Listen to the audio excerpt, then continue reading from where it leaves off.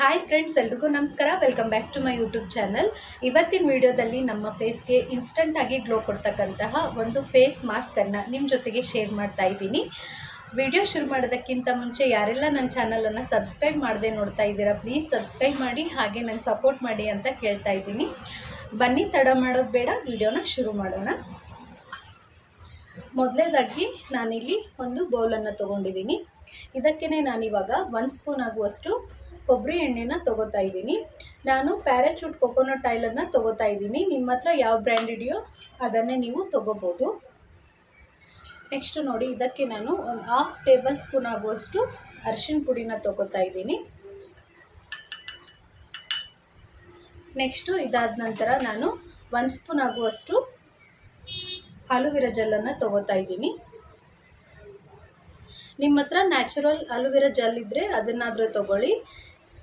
ನನ್ನ ಹತ್ರ ಇರಲಿಲ್ಲ, ಹಾಗಾಗಿ ನಾನು ಮಾರ್ಕೆಟಲ್ಲಿ ಸಿಗೋ ಆಲೂವೆರಾ ಜೆಲ್ಲನ್ನು ಯೂಸ್ ಮಾಡ್ತಾ ಇದ್ದೀನಿ. ಈ 3 ಇಂಗ್ರೀಡಿಯೆಂಟ್ಸನ್ನು ನೀಟಾಗಿ ಮಿಕ್ಸ್ ಮಾಡ್ಕೊಳ್ಳೋಣ.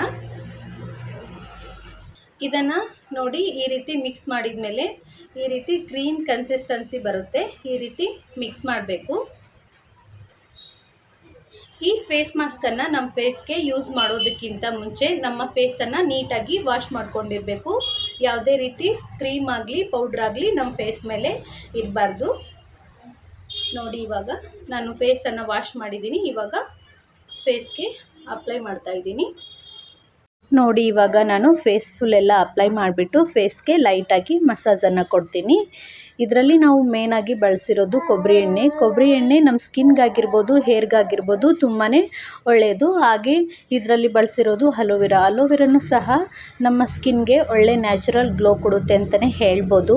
ಮತ್ತು ಇದರಲ್ಲಿ ಬಳಸಿರೋದು ಅರಿಶಿನ ನಮ್ಮ ಸ್ಕಿನ್ನಲ್ಲಿರೋ ಪಿಂಪಲ್ಸ್ ಆಗಿರ್ಬೋದು, ಪಿಂಪಲ್ಸ್ ಮಾರ್ಕ್ಸ್ ಆಗಿರ್ಬೋದು, ಮತ್ತು ನಮ್ಮ ಸ್ಕಿನ್ನಲ್ಲಿ ಏನಾದರೂ ಸಣ್ಣ ಟ್ಯಾನ್ ಆಗಿದ್ದರೆ, ಮತ್ತು ನಮ್ಮ ಸ್ಕಿನ್ನು ಇರೋ ಕಲರ್ಗಿಂತ ಸ್ವಲ್ಪ ಡಲ್ ಆಗಿದ್ದರೆ ಅದನ್ನು ಹೋಗಲಾಡಿಸೋದಕ್ಕೆ ಅರಿಶಿನ ಬಳಸೋದ್ರಿಂದ ಇದು ಸಹ ನಮ್ಮ ಸ್ಕಿನ್ಗೆ ಒಳ್ಳೆ ನ್ಯಾಚುರಲ್ ಗ್ಲೋ ಕೊಡುತ್ತೆ ಅಂತಲೇ ಹೇಳ್ಬೋದು.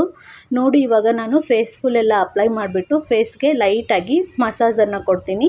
ಫೇಸನ್ನು ಲೈಟಾಗಿ ಮಸಾಜ್ ಮಾಡಬೇಕು, ಯಾವುದೇ ರೀತಿ ಪ್ರೆಷರನ್ನು ಫೇಸ್ಗೆ ಕೊಡಬಾರ್ದು. ನೋಡಿ, ಈ ರೀತಿ ಫೇಸ್ಗೆ ಮಸಾಜ್ ಮಾಡೋದ್ರಿಂದ ಬ್ಲಡ್ ಸರ್ಕ್ಯುಲೇಷನ್ ಚೆನ್ನಾಗಾಗುತ್ತೆ. ಹಾಗೆ ನಮ್ಮ ಫೇಸ್ಗೆ ಒಳ್ಳೆ ಗ್ಲೋ ಅನ್ನೋದು ಸಿಗುತ್ತೆ.